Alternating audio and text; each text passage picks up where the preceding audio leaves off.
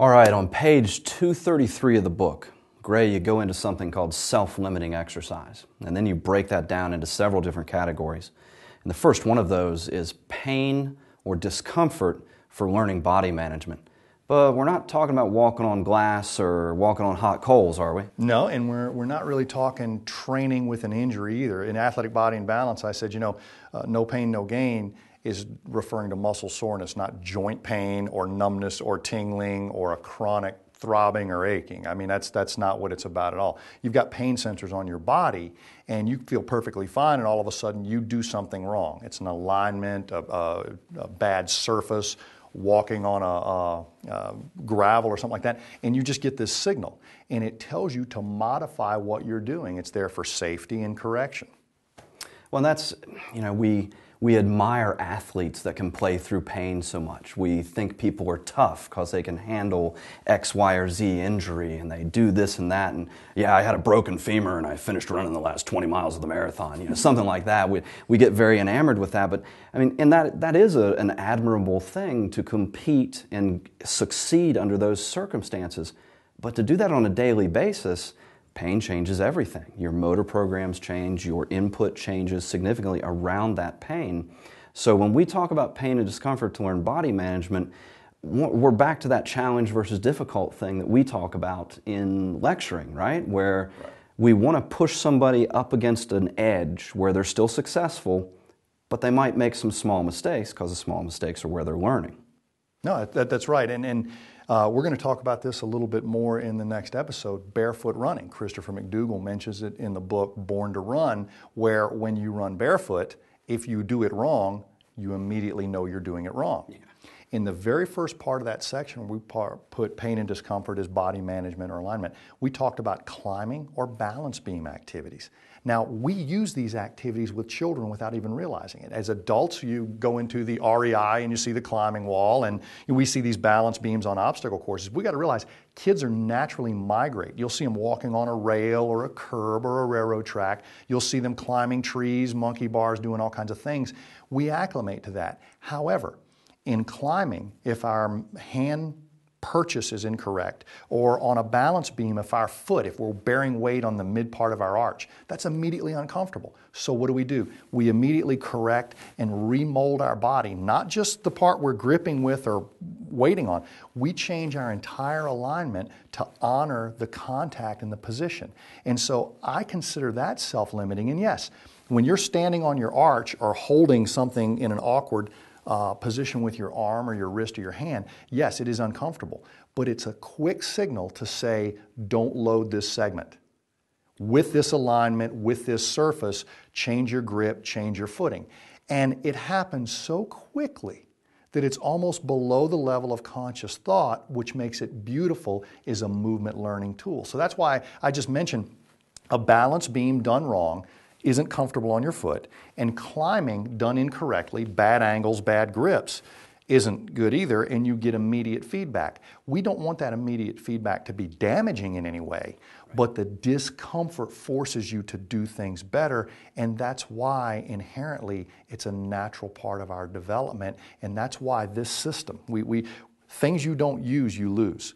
This system has been with us since the beginning, and I don't see us losing pain. Aristotle even said, pain is the best teacher. But as you said, this isn't the ibuprofen commercial that says, here, take these with breakfast, go play tennis. Because it does. The pain changes your motor control in an inconsistent and unpredictable manner, and you're unable to benefit from exercise and rehabilitation movements as you normally would if your brain is trying to navigate pain always. It's better to address the pain, get rid of it. But the slight discomforts that we talk about are actually instructional if we use them correctly. And that's a weird thing about training people right now, actually, is we'll charge into pain in the name of exercise. We'll go right through it, but we'll avoid being uncomfortable. Right. And so, I mean, we're charging right into the areas where we shouldn't be. My shoulder hurts, but it's International Bench Day, which is Monday. Right. Okay, so we're all going to bench on Monday, even though we got a bad shoulder, and we'll charge right into that pain. But an exercise that makes us feel a little off balance, a little uncomfortable, like walking a balance beam or not feeling like you're getting the climbing thing, we'll shy right away from those things. And so we've really flipped the thing onto its head, which I'm okay with being upside down actually, but we've flipped this subject, and it's really to our detriment because we're not learning. We quit challenging ourselves with those uncomfortable situations. Kids automatically, like you said, up on a rail, on the monkey bars. I mean, no, you shouldn't be doing that. And the kid's like, this is fun.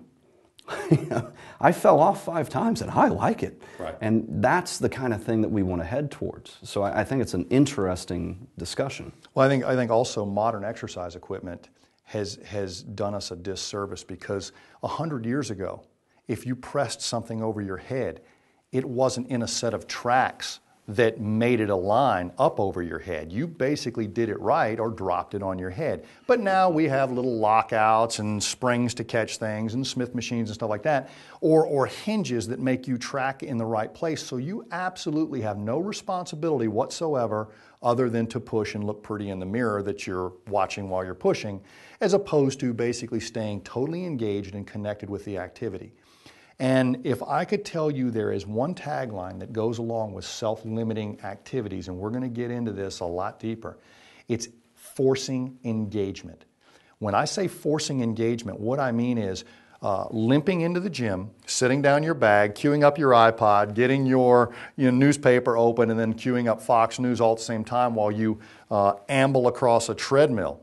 Totally disengaged from your caloric burning activity is a modern version of what some people call fitness. And but I'm multitasking. Yeah, right. So I'm getting a lot done. I wanted to watch the news. But if you did that with a martial artist or an expert kettlebell instructor, or if you took that to the wrestling mat, or you were basically thumbing your iPod during football practice, some bad things are going to happen to you probably multiple times. So my point is, the best teachers of all time not only demand engagement, they create activities that are unable to do without engagement. When you're running the tires in football, you're engaged. Just had a flashback. Yeah, you're engaged. And so, we're not saying that every activity can be non-mindless. I mean, if you want to just go out and take a run, go out and take a run. You want to hike a trail, that's fine.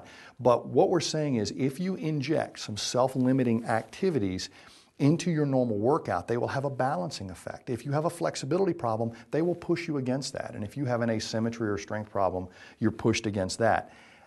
Ultimately, you are forced to engage, very often your weakest link. And if you accept the challenge, the other side produces a better moving person. If you don't accept the challenge, if you migrate to your strengths, we're going to find you not movement screening above a minimum level of acceptance for injury risk. So what you're going to do inherently to manage your injury risk, because your body and brain are smarter than your conscious attention, is you're going to find yourself limited, and you will only migrate to those activities that you inherently know aren't going to cause you a problem. And so you will lower your injury risk by narrowing your life.